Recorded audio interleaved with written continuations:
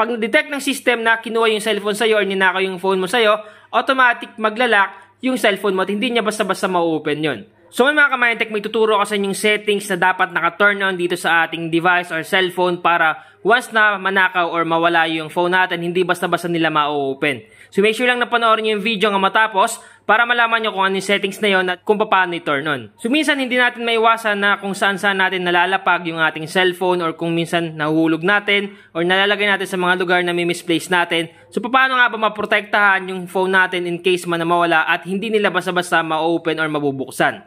So, ang gagawin natin is may kailangan lang tayo dito i-turn on sa settings ng ating device or cellphone. So, ang gagawin nyo lang una is pumunta lang kayo sa may settings ng inyong cellphone. Hanapin nyo yung settings. So, pag nakita nyo na, i-click nyo lang. So, click natin. Then, pag naklik mo na yung settings, sunod natin gagawin is scroll up lang natin. Scroll up. Sa pinakababa, hanapin mo dyan yung word na Google. So, ito yon. Minsan nakalagay yung Google dyan sa may pinakababa. So, once may makita kayong Google dyan, katulad nito, i-click lang natin yan. Then, syempre, pag click mo, automatic dito kayo mapupunta. So, sunod natin gagawin, pag naklik mo na yung Google sa inyong settings ng device, i-click mo naman sunod dito yung All Services. So, ito yon. Yung All Services dito, i-click lang natin yan. Pag naklik mo na yung All Services, ang gagawin natin sunod, is-scroll up lang natin. Scroll up.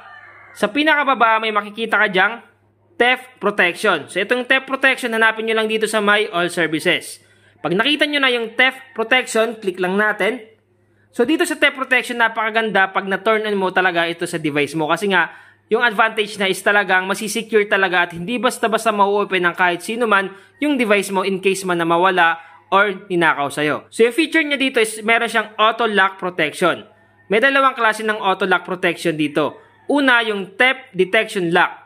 Ang sabi dito, the screen will lock if the setting detects that someone took your device and ran away. So, halimbawa, inagaw yung phone mo, ninakaw sa'yo, automatic, pag na-detect ng system na kinuha yung cellphone sa'yo or ninakaw yung phone mo sa'yo, automatic maglalak yung cellphone mo at hindi niya basta-basta ma-open yun. Sunod naman, sa pangalawang auto lock protection, meron ditong offline device lock. So, dito naman nakalagay, the screen will lock shortly after your device goes offline to help protect your data. So, dito naman, once na tinurn up nila yung connection or yung internet connection, nag-offline yung phone mo, automatic maglalak talaga yung phone mo at hindi nila basta-basta mabubuksan. Ngayon naman may magtatanong sa inyo, paano kung i-format yung phone, halimbawa nakuha nila? So, walang problema. Yung purpose talaga nito is para hindi lang nila mabuksan yung ating cellphone at hindi nila ma-access yung mga importante na nakasave sa ating device. Yun yung pinaka-purpose nito. So, ngayon ang gagawin nyo lang, i-turn on nyo lang yan. So, dito muna tayo sa may Theft Detection Lock. Turn on natin.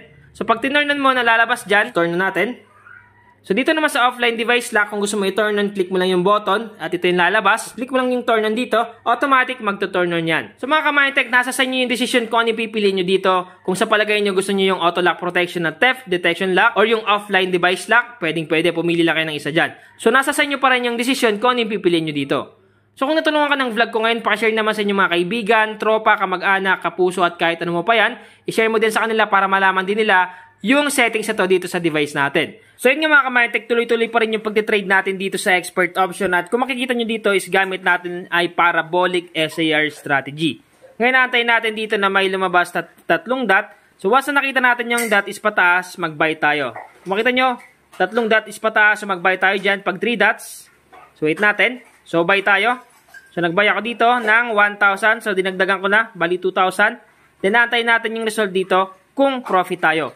At kung makita nyo, profit tayo 1,000, naging 1,840. At yung isa naman is profit ulit. So, bali dalawa yung profit natin dito. At kung makita nyo dito, eto na yon.